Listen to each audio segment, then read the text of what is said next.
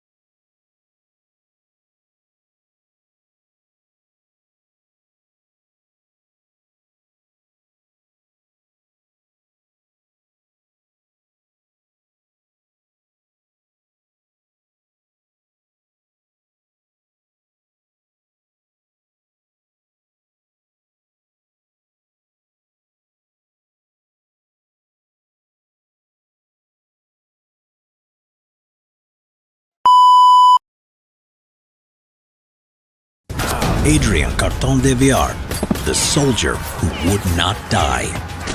Sir Adrien Paul Ghislain Carton de Viard was a lieutenant general in the British Army and was one of the most fascinating combatants in the history of warfare.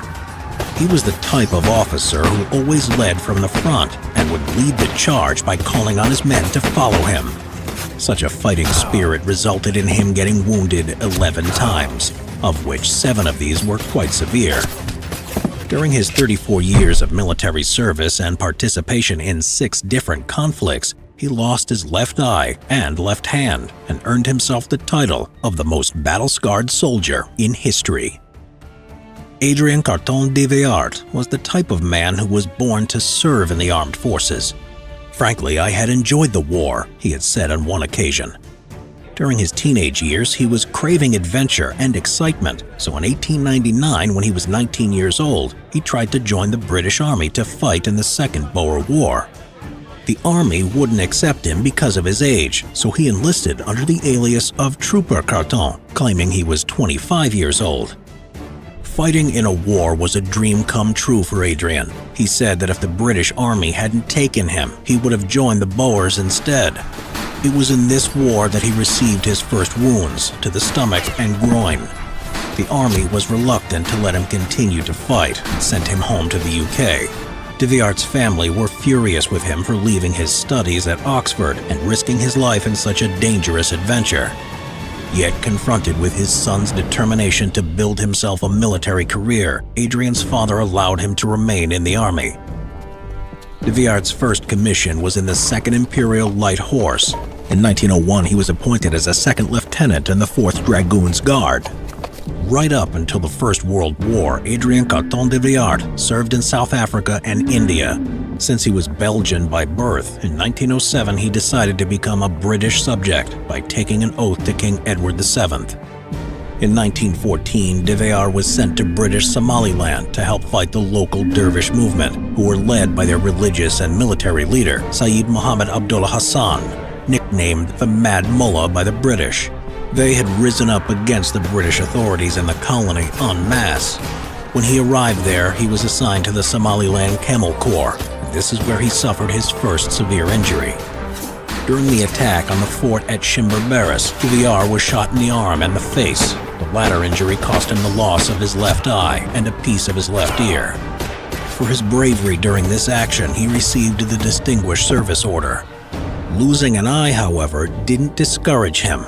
On the contrary, he was pleased that he was returning to Europe, where he had a chance to fight in the real war. As soon as he recovered, he expressed a wish to join the British troops in France.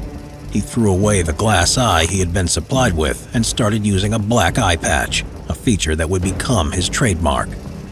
On the Western Front, de Viard commanded 3 infantry battalions and a brigade. During that period, he was wounded 7 more times. At the Second Battle of Ypres, shrapnel from the German artillery bombardment shattered his left hand. In the field hospital, de Viard asked the doctor to amputate his fingers, but because the doctor refused to do so, de Viard tore off 2 of his fingers himself and threw them away. The injuries he suffered that day caused him to have the whole mangled hand amputated anyway later that year. Not even the loss of his left hand stopped him from continuing the war, though. He fought at the battles of the Somme, Passchendaele, Cambrai, and Arras. He was shot in his skull and ankle, through the hip, the leg, and an ear. During the Battle of the Somme, de Viard commanded the 8th Battalion Gloucestershire Regiment and personally led his men into an attack at the village of La Boisselle. He attacked the Germans with grenades using his one good arm, managing to pull the pins out with his teeth and throwing them. He took control of 3 other battalions whose commanders had been killed, captured an enemy position, and held it against repeated enemy counterattacks. For his gallantry shown on this occasion, de Viard received the Victoria Cross in 1916. At the time, he was 36 years old.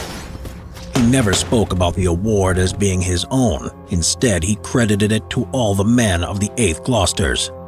De Viard ended the campaign with the rank of Acting Brigadier General.